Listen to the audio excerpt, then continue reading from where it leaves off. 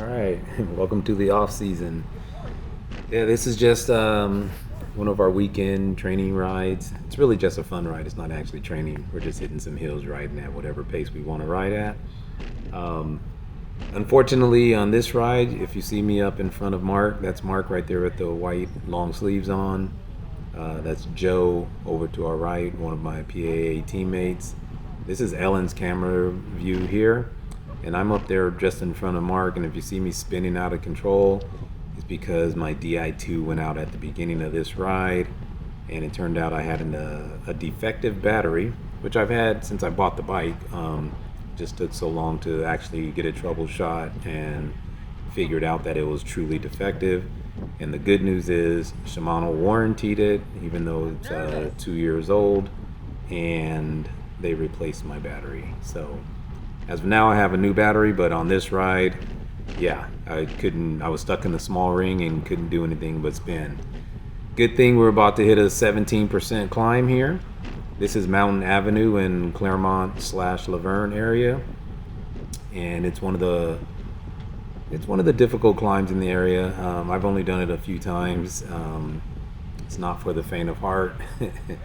So anyway, this off season so far, I've only been doing endurance rides and some tempo rides. I just started getting into some tempo riding this last week or so, and haven't really done any hard efforts. I think last weekend was my first hard effort, and then this weekend we did some climbing. So I'm gonna really try to improve my climbing this off season. So any chance I get to do just a fun ride, I'm gonna hit the hills.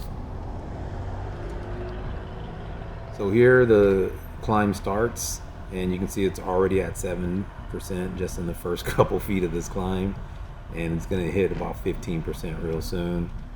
And I think, for Joe and Mark, this was their first time doing this climb. Ellen's done it once or twice with me before. I was teasing Joe, telling him to do it in the big ring, and I think he actually tried it. And then a couple seconds into the climb, I can hear him almost snapping his chain, trying to shift to an easier gear. So this is a great job by Ellen too. Look at her power that she's putting in, and she has a FTP of about 215. So definitely a great effort here. I know how the climb goes, so I have a little bit of an advantage. Um, it starts off really steep right here, 12-15%.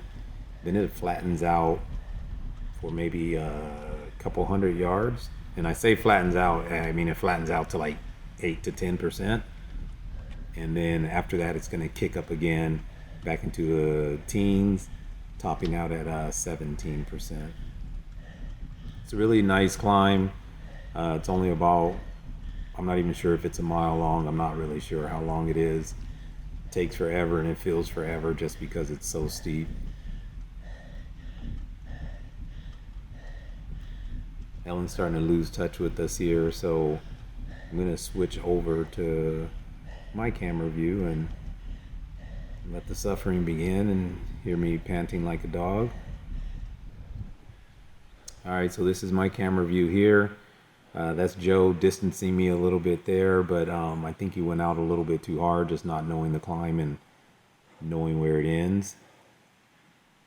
I'm going to slowly reel him back in and struggle my way up to the top. Yeah, look at my cadence is only 62, and I typically have a average cadence around 90. When climbing, I try to stay above 75. But when the road's this steep for this long, yeah, I have no choice but to just try to survive it. I'm well above my FTP also. I'm definitely into some VO2 range here. And the entire ride for me is basically a 8-minute VO2 session. Sorry. This is one of those climbs that can, that they call Widowmaker. You can definitely have a heart attack here. Even walking, people struggle hiking up it. I remember the first time I did this climb, I was I was struggling a little bit, and I tried to go from standing to seated, and it was such a struggle. When I sat back down, I hit like a pine cone, thought I was gonna fall, unclipped, and just couldn't get clipped back in. But obviously, I know just keep it steady now. Steady pressure on the pedals and just keep grinding it out. And obviously, if it gets too steep, do the old weave technique to lower the grade a little bit. For those of you that don't know, it's basically a zigzag. You're just gonna kind of zigzag left and right across the road. It slows you down from climbing, obviously, but it does make the climb bearable, and you're able to, continue without getting off your bike. I'm doing this in, I have a mid-compact gearing. So this is my 36. I do have a 32 on the back though. So I'm in the 36, 32 or the 36, 30. Can't remember which gear I'm actually in. And then just trying to keep steady pressure on the pedals. I stay at about that 60 to 65 RPM. And I'm probably about, 250 to 300 watts most of this ride, or most of this climb.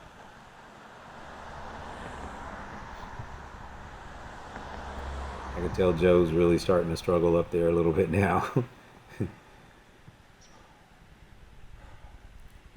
So this is also a part where it flattens out a little bit, and it's hard to say it flattens out when it's 10, 11%, but trust me, your legs feel it, and you can appreciate it when you're climbing so steep. That little 9% feels like a break at times.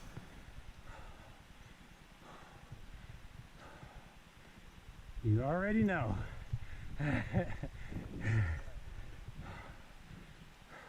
It's funny how, as humans, we like to watch other humans suffer. Get a little chuckle out of it. And it's almost suspenseful, like, hey, will they make it? Is he going to make it? Is he going to stop? But we've all done it. And there's Joe. I think he's had enough. He's just trying to finish the climb now, and for him being its first time, he doesn't know how long this climb goes when it stops, if we're coming back the same way or if we're going to continue through to somewhere. But yeah, it's just an out and back. It actually dead ends up here. Yeah, I'm really starting to struggle, so I use the little weave here, or zigzag technique. It helps a little bit, but honestly it's exhausting, and sometimes I'd rather just power through it and go straight.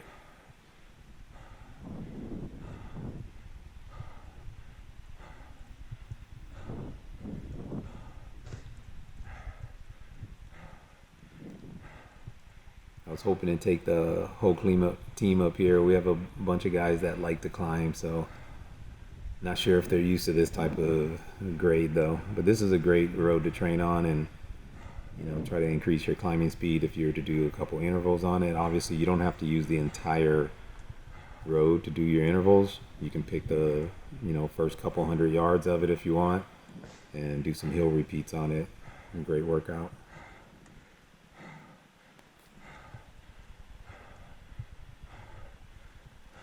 Some people say if you want to get better at climbing, you have to climb a lot. And to a degree, that's true. But if you actually want to be a faster climber, you have to practice climbing faster. And that sometimes means you can't do the entire climb.